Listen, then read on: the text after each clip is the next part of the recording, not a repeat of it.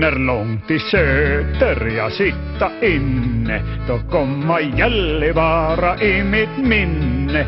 Bryggeriet jag ej glömma kan, Karakkatorget, Voikanans land. Mig mången kompis ha i kalla Norden, nu kanske många redan lycka jorden. Från milta ökat nu tåren rann, nu räkna kompis så gott jag kan. Och Gubben Fager och skojar Erki och Airas Ekholm och Törmen Heikki och Veikki Ville och Rasputin. Du vet han bodde på Heikkivin.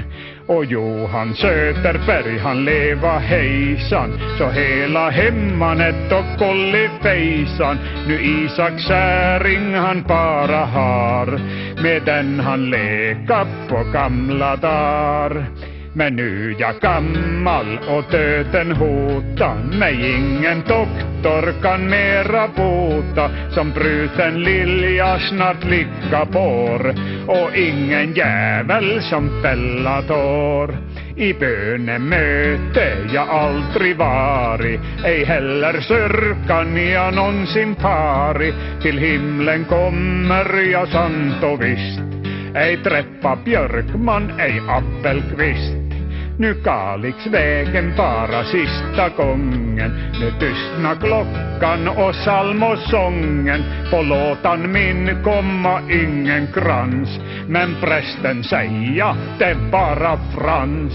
När domedagshornet sedan låter, jag bakom himmelens dörrar gråter. Jag blir så dyster ut i mitt sinn, när ingen säga varsågod stig in. Och Sankte Petter han på mig titta, men hur i helvete har du hitta? Du vet att här vara helig hus, hit inte komma nå jävla bus. Jag säger Petter, du titta bara, jag vara Frans ifrån Likavara. Jag tänkte komma och bo på dig, men du har kanske nu glömt mig.